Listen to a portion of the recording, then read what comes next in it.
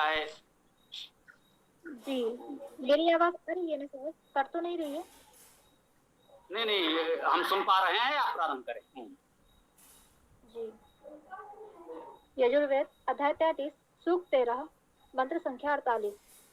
ओम आग्ने इंद्र वरुण मित्र देवः शरदः प्रायन्ते मारुत उत विष्णो उभाना सत्या रुद्रो अधग्नाः पूषा भवः सरस्वती जुषन्त। मंत्रार्थ: अग्नि है अग्नि, इंद्र है इंद्र, वरुण है वरुण, मित्र है मित्र, मारुत है मारुत, उत और विष्णु है विष्णु, अर्ध है बलवान, देवाह देवगण, प्रायंत उद्धार करो, उभा दोनों नासत्या नासत्य, युगल रुद्रो रुदनशील, डाह गति ज्ञान ग्रहण, पूषा पोषण करता, भाग सेवा सेवनीय, अध अब सरस्वती ज्ञानवती विद्यावती, गति ज्ञान युक्त, जुषंत विचार विवेक प्रीति सेवा करो। भावार्थ: दिव्य शक्तियां हमारा उद्धार करें, हमें विवेक विचार सेवा भावना प्रदान करें, यही कामना है। निरुक्त: अग्नि अग अग्रणी होना गति करना, इंद्र इंद्र परम ऐश्वर्य होना, वरुण व्रा वरण करना, मित्र मिद प्रीति करना, मारुत म्रा मरना, उत अव्यय विष्णु विष व्याप्त होना, शरधः शर सहन करना जीतना, शक्ति होना सामर्थ्य होना, देवाः दिव प्रकाश करना, स्तुति करना आनंद करना प्रीति करना, प्रावसर्ग यंत यंत उद्धार करना, यम आवरण करना पोषण करना नियमन करना, या जाना, उभा सर्वनाम, न सत्या न अव्यय, उपसर्ग सत अव्यय, अस होना, नास शब्द करना ध्वनि करना, रुद्रो रुद रोना रुलाना, ग्राह गु गए शब्द करना, गम जाना, पूषा पुष पोषण करना धारण करना, भगह भज सेवा करना सेवित होना,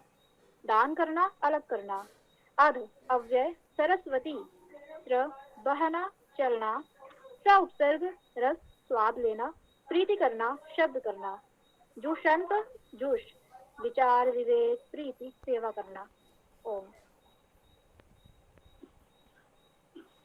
ओम खम ब्रह्म।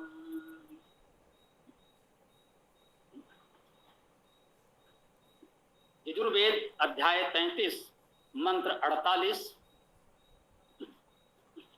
ओम अग्ने इंद्र वरुण मित्र देवा शरदा प्रयन्ते मारुता उता विष्णु उभाना सत्या रुद्रो अधग्ना पूषा भगा सरस्वती जुषंत। ये इस मंत्र को समझने का प्रयास करते हैं। ओम अग्नि संबोधन कारक है। हे अग्नि, अग्रणी प्रगतिशील परमेश्वर, जैसा कि हम सब जानते हैं। अग धातु से अग्नि शब्द की निष्पत्ति है। अग धातु का अर्थ गति करना, अग्रणी होना। इसी अग धातु से ही अग्रणी शब्द बनता है, स्पष्ट है। हे इंद्र, हे अग्नि, हे अग्नि, हे इंद्र। इंद्र भी हमारा परिचित शब्द है। इत परमेश्वर रे धातु से इंद्र शब्द की निष्पत्ति है, अर्थात इंद्र धातु का अर्थ परम ऐश्वर्य होना, इंद्र शब्द का अर्थ परम ऐश्वर्यवान अर्थात परमेश्वर। हे अग्नि, हे इंद्र, हे परमेश्वर, हे वरुण। वर्ण, ये धातु का अर्थ वर्ण करना, उससे वरुण शब्द की निष्पत्ति हुई, वरुण का अर्थ हुआ वर्णी। मित्र, हे मित्र, मिद स्नेह धातु है, स्नेह करना, तो हे मित्र। देवाह देवगण, ये सब परमेश्वर के विशेषण, उसकी स्तुतियां हम कर रहे हैं, परमेश्वर के गुणों का स्मरण कर रहे हैं। देवाह देवगण, दिव धातु का अर्थ दिव्य प्रकाशमान आदि हम सब जानते हैं। ये सभी हमारे परिचित शब्द हो गए हैं इतने समय से वेद कक्षा में वेद मंत्रों की व्याख्या आप सब कर रहे हैं। तो अग्ने इंद्र वरुण मित्र देवा शरधा, शरधा अर्थात हे बलवान, शर्ध का अर्थ है बल होना, श्रद्ध धातु है सहन करना, जीतना, शक्ति होना, सामर्थ्य होना। तो श्रद्धा हे बलवान, हे सहनशील, हे सामर्थ्यवान। पर्यंत उपसर्ग है प्रमुखता से, आप जानते हैं। यंत में यन धातु है उद्धार करना, यम धातु भी हो सकती है आवरण करना, पोषण करना, नियमन करना। कुछ विद्वान इसमें या धातु भी ग्रहण कर सकते हैं। या का अर्थ जाना, गति करना, हम सब जानते हैं। तो पर्यंत कह सकते हैं प्रमुखता से उद्धार करें, पोषण करें, नियमन करें। पर्यंत मारुता, मारुत हम चर्चा कर चुके हैं। मारुत मृ धातु मरना, मृत होना। मारुत ने कहा है जो मरणशील प्राणी हैं, हम मनुष्य भी और सभी जीव जो भी मरणशील प्राणी हैं, उन सब को हम मरुत में ग्रहण करते हैं। वेद में मरुत शब्द उनके लिए आया है जो मरणशील हैं। रहे हे मारुत, उत हमने कहा, और तथा जैसे हम लोग अपनी भाषा में बोलते हैं, उत वेद में उसी अर्थ में आता है। विष्णु, हे विष्णु, हे व्यापक परमेश्वर। विष्णु धातु का अर्थ व्याप्त होना, व्यापक होना। तो वो परमेश्वर सर्वव्यापी है, अतः उसे हम विष्णु कहते हैं। संबोधन है हे विष्णु। यहाँ पर ईश्वर को उसके विभिन्न गुणों से, यूं कहें गुणवाची नामों से संबोधित किया जा रहा है। उभा दोनों, ये सर्वनाम है। ना सत्या, ना सत्या शब्द को समझने का प्रयास करें, महत्वपूर्ण है, वैदिक शब्द है। ना नहीं, ना अव्यय है, उपसर्ग के रूप में भी प्रयुक्त होता है। ना का अर्थ नहीं, हम सब जानते हैं। उसके पश्चात आकार्थ भी नहीं, नहीं को नहीं कर दिया, निषेध का निषेध कर दिया। ना असत्या, सत्या सत्य हम सब जान रहे हैं। क्या कह रहे हैं? ना सत्या, ना असत्य, नहीं असत्य, जो असत्य नहीं है उसकी बात कर रहा है। ना सत्या की वचन में है, युगल है। वो क्या कह रहा है? जो असत्य नहीं है। कह सकते हैं सीधे सीधे सत्य भी कहा जा सकता, परंतु उसके पीछे व्यवहारिकता का भाव है। 100% सत्य का पालन करना व्यवहारिक जीवन में हमारे लिए संभव नहीं होता। वैदिक काल की बात तो सरल रही होगी, आज के जटिल जीवन में 100% सत्य का पालन कैसे करें? तो उसने कहा ना असत्या, 100% सत्य का पालन नहीं कर सकते, 100% सत्य नहीं बोल सकते, कम से कम इतना कर सकते हैं कि असत्य न बोलें, असत्य से दूर रहें। यदि असत्य बोलने की स्थिति आए तो मौन रख लें। सत्य नहीं बोल सकते तो शांत रहें, मौन रहें, असत्य न बोलें। तो ये भी किसी स्तर तक, किसी सीमा तक सत्य का पालन है। ना सत्या का ये बहुत व्यवहारिक अर्थ हमने लिया है, और इसी ने वो बल संबल दिया है कि हम आत्मविश्वास से कह देते हैं कि हम शब्दशः सत्य बोलते हैं, असत्य नहीं बोलते। नहीं बोलना होगा तो नहीं बोलेंगे। आज हमसे कौन मिला, हमने क्या किया, आपको नहीं बताना है तो नहीं बताएंगे। सब कुछ सबको बताना आवश्यक नहीं है, लेकिन आपसे हम जितना कहेंगे उतना सत्य कहेंगे, असत्य नहीं कहेंगे। इतना भी पालन कर लें तो आज के जटिल जीवन में हम आपको सत्यवादी मान सकते हैं। हम इतना ही कर पा रहे हैं, आपसे भी इतनी ही अपेक्षा कर रहे हैं। बहुत सी परिस्थितियां होती हैं, हम देख रहे हैं ये असत्य है, हम उसे नहीं कह पाते ये असत्य है, परंतु हम जितना कहेंगे सत्य ही कहेंगे। हम ये कभी नहीं कहेंगे कि ये व्यक्ति जो असत्य बोल रहा है मैं कह दूं ये सत्य है, हम शांत रह जाएंगे, मौन रह जाएंगे, नहीं बोलेंगे, लेकिन उस असत्य को सत्य नहीं कहेंगे। इन शाह अंधेरों को मैं उजली सुबह कैसे कहूं, वो तो नहीं कह सकते। शांत रह सकते हैं, मौन रह सकते हैं। ना सत्या ने सत्य के पालन का व्यवहारिक स्वरूप हमको सिखाया है। हम चाहते हैं यह आप लोग अवश्य ग्रहण करें। रुद्रो रुद्र रुदनशील, रुद्र धातु रुदन करना, रोना, तो रुद्र रुदनशील, वह परमेश्वर इतना करुणाशील है, हमारे दुख से रुदन करता। और यदि परमेश्वर से यह गुण हमने सीख लिया, यदि हम किसी के दुख से दुखी होते हैं, दूसरे के आंसू देखकर हम रुदन करते हैं, हमारे आंसू निकलते हैं, तो किसी ने कहा है, मान लीजिए ईश्वर ने आपको मनुष्य बनाकर कोई भूल नहीं। यदि आप ऐसा नहीं कर पाते हैं तो फिर हम मनुष्य कहलाने के अधिकारी नहीं होते।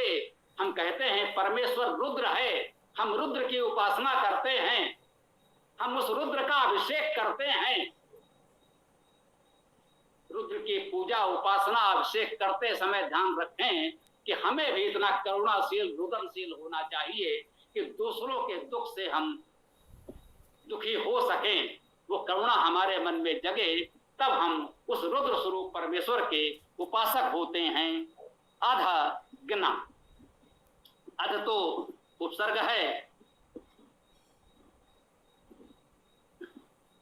गना में गम धातु अभी पढ़ा भी गया, अर्थात गतिशील। हाँ, ये वैदिक प्रयोग है। हम लगभग प्रतिदिन आपको बताते हैं कि लौकिक संस्कृत में ऐसे प्रयोग नहीं होते। वो गम धातु है तो गमाह हो सकता था, परंतु वैदिक भाषा प्राचीनतम है, वह लौकिक संस्कृत की व्याकरण से बंधी हुई नहीं है। हम आपसे हास्य में भी कहते हैं कि वेद तो आपकी व्याकरण के अनुसार नहीं चलेगा, आप अपनी व्याकरण वेद के अनुसार परिवर्तित कर सकते हैं, वेद आपकी व्याकरण के अनुसार नहीं चल सकता। गना भी ऐसा ही वैदिक प्रयोग है। गम धातु से इसकी निष्पत्ति विविध विद्वानों ने मानी है, हम भी स्वीकार करते हैं। इसका अर्थ भी आप गतिशील, प्रगतिशील कर सकते हैं। पूषा, पोषण करने वाला, हाँ वह परमात्मा पूषा है, पोषण करने वाला है। पुष धातु का अर्थ पोषण करना, पुष्ट होना, पुष्ट करना, ये शब्द आपके परिचित हैं। पुष धातु है पुष्ट करना, तो पुष्ट, पुष्टि, पोषण, ये शब्द आपके परिचित हैं। इसी से धातु और उसका अर्थ आप सरलता से समझ सकते हैं। कहते हैं वह परमात्मा परमेश्वर पूषा है, सबका पोषण करने वाला है, वह हमें भी पोषण प्रदान करता है। भगा, वह भग है, भज सेवायाम धातु से भग शब्द की निष्पत्ति है, हमने बताया है आपको। भगा अर्थात सेवा युक्त, वह सबकी सेवा करता है और सब उसकी सेवा करते हैं, इसलिए वह भगा है। वेद में भगा कहते हैं, लोक में भगवान कहते हैं। वान प्रत्यय जुड़ जाता है, धनवान, गुणवान, विद्वान, वैसे ही हम कह देते हैं भगवान अर्थात सेवा युक्त। भगवान शब्द का क्या अर्थ हुआ ये समझ लें। बहुधा लोग पूछ लेते हैं, भगवान का शाब्दिक अर्थ है सेवा युक्त, वो तो सबकी सेवा कर रहा है, हमारा दायित्व है हम उसकी सेवा करें, तब उसका भगवान नाम सार्थक है, तब हमारा उसको भगवान कहना सार्थक है। वो सब में जो व्याप्त है, सर्वव्यापक है, तो उसके व्यापक स्वरूपों की आवश्यकता जिनको है उन लोगों की सेवा करें, तब भगवान की उपासना करना सार्थक होता है। अगह सरस्वती, ये सरस्वती क्या है? सरहवती, सरह क्या हुआ? श्री धातु है, गतो गत्यर्थक धातु है श्री। अब श्री धातु आपके वर्तमान जीवन में कहाँ है? सरकना, हम लोग सामान्यता बोलते हैं भाई सरक जाओ, सरकते हैं, ये श्री धातु है वेद की। वैदिक श्री धातु का अर्थ है सरना, चलना, सरकना, गति करना। तो इस गति करना के अर्थ में जो श्री धातु है उससे शब्द बना सरह अर्थात गति करने वाला, गतिशील। सरहवती अर्थात गति युक्त, गतिमान, प्रवाहमान, प्रगतिशील। जुसंत, जुस धातु का भी अर्थ है विचार, विवेक, प्रीत, सेवा करना। विचार करना, विवेक होना, प्रीत करना, सेवा करना। जो संत का यही अर्थ है कि जो परमेश्वर के जिन गुणों का हमने वर्णन किया, उन गुणों से युक्त परमेश्वर का हम उससे प्रीत करें, सेवा करें, उसके गुणों पर विचार करें और विवेकपूर्ण ढंग से उपासना करें, और पूरे संसार में अन्य जो उसके उपासक हैं, जो सज्जन हैं, देवजन हैं, उनकी भी इसी प्रकार से हम प्रीत सेवा करते रहें, प्रीत पूर्वक सेवा करते रहें। इस मंत्र से ये भाव हमें ग्रहण करना चाहिए। हम यहाँ इस मंत्र व्याख्या को विराम देते हैं। आगे आप लोग अपने प्रश्न विचार रख सकते हैं और वेदाष्टक का पाठ कर सकते हैं। चाहें तो वेदाष्टक का पाठ कर लें, तब तक लोग अपने प्रश्न आदि सोच लेंगे, और प्रश्न हो तो प्रारंभ भी कर सकते हैं, जैसा उचित समझे। कोमल जी देखें हो। जी गुरुजी। गुरुजी, भगवान को ऐश्वर्य युक्त भी कह सकते हैं क्या?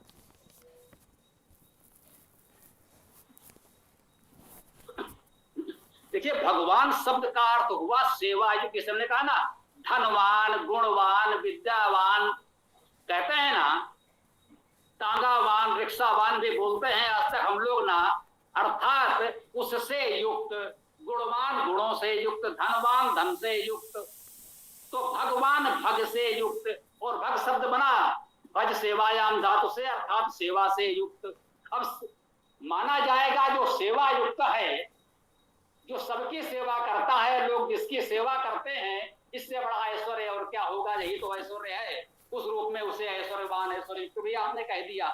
तो इस प्रकार के भावार्थ लोग ग्रहण कर लेते हैं, उसमें कोई आपत्ति तो नहीं है, परंतु ये आपको जानना चाहिए कि उसका वास्तविक शाब्दिक अर्थ क्या है, अन्यथा लोग अनर्थ भी कर लेते हैं। तो इतनी जागरूकता रहे तो उस रूप में इतना भावार्थ कर लेने में तो कोई हानि नहीं है। ओम। जी गुरुजी। अन्य साथी से कोई प्रश्न?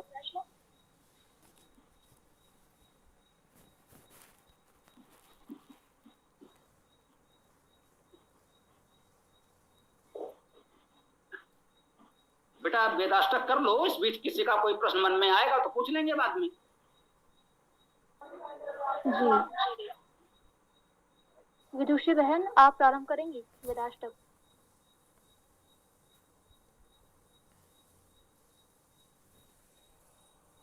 जी मैं किरण कर जी, लूं? आप करें। आप ही करिए। जी। ओम अग्निमीडे पुरोहितं यज्ञस्य देवमृत्विजं होतारं रत्नधातुमम्।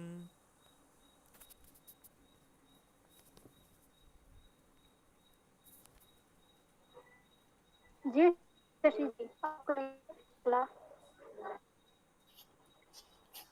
समानी व आकुति समाना हृदयानि व समानम् अस्तु वो मना यथा वो सुसह आसति। ओम।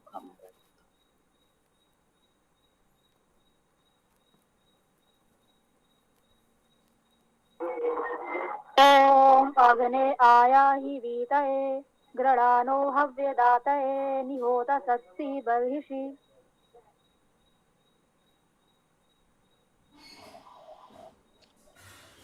स्वस्ति न इंद्रो वृद्धश्रवाः स्वस्ति न पूषा विश्ववेदाः स्वस्ति न ताक्षर्यो अष्टिने अरिष्टनेमिः स्वस्ति नो बृहस्पतिः दधातु। ओम ये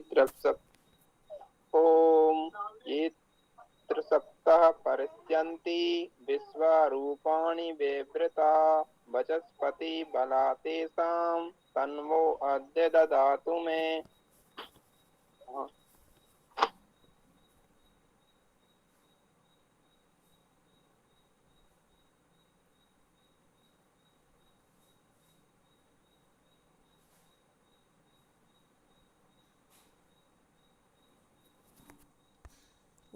किरण जी, ओम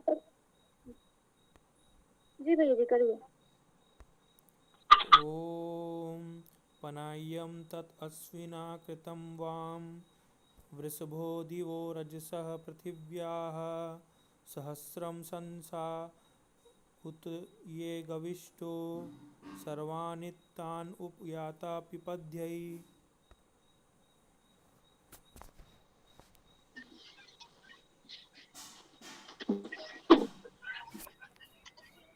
ईशे त्वा ऊर्जे त्वा वायवः स्ता देवो वः सविता प्राप्येतु श्रेष्ठतमाये कर्मणे आप्याध्वम् अग्नया इंद्राय भागम प्रजावती अन्मीवा अक्षमः मा वा स्तेन ईशत मा अग शसो दूर्वा अस्मिन् गोपतो स्यात् बहवी यजमानस्य पशून् पाहि।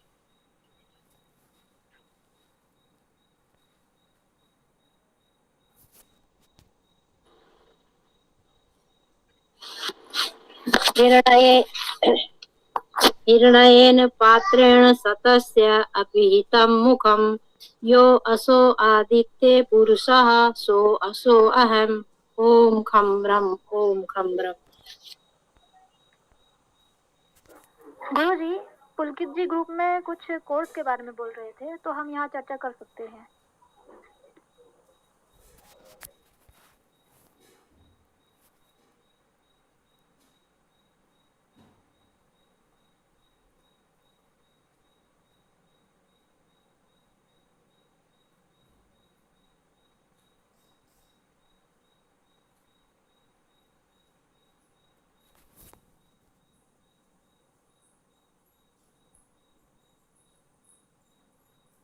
जी पुलकित भैया बताइए आप।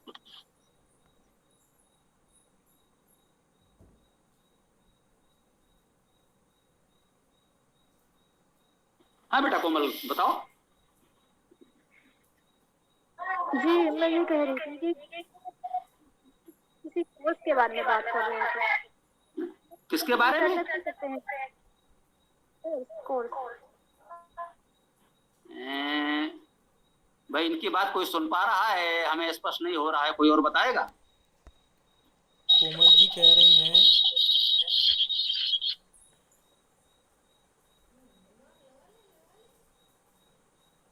हाँ कोमल बेटा बोलो जरा, स्पष्ट नहीं हुआ था।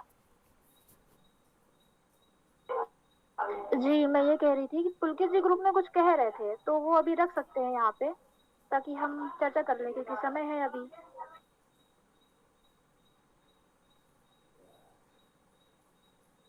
जी, अब स्पष्ट हुआ? हाँ पुलकित कहाँ हो, प्रकट हो भाई। हमको पुलकित दिख नहीं रहे हैं, पुलकित कहाँ है बोलो। जी शायद व्यस्त होंगे। हाँ तो तुमको ही बोलना है, बोलो। मुझे अभी जानकारी नहीं है।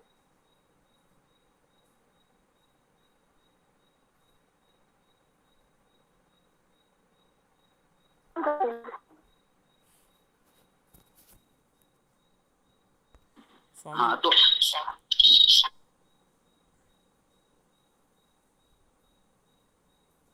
हाँ बोलो बेटा, समापन किया जाए।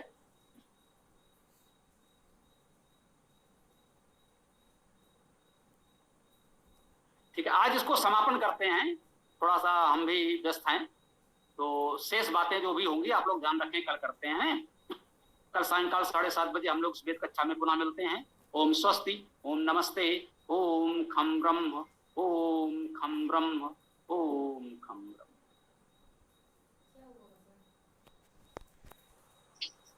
ओम खम ब्रह्म।